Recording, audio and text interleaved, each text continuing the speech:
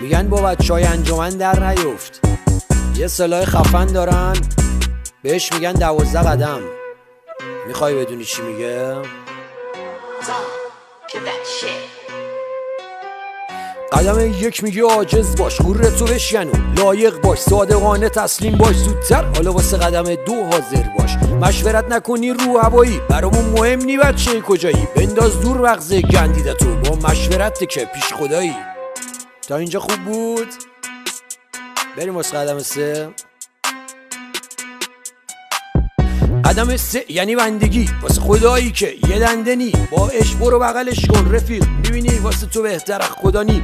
قدم بعدی رو بنویسش، فقط سکوت کن و برو بیشش، یه سر بزن به بچگیات، بذار اون حرف بزن و بده گوشش. قدم 5 رو اقرارش کن، اینجوری با خودت میکنی صلح واسه خودت و خدا و یکی دیگه، میشی پر انرژی عین یه بم. تو قدم 6 آماده باش، نواقص رو بسپار و آزاده باش، تنهایی نمیشه از بینش برد این راهکار و اینم تجربه هاش. یه نفس. آقا یه تک بریم تا 12. بریم.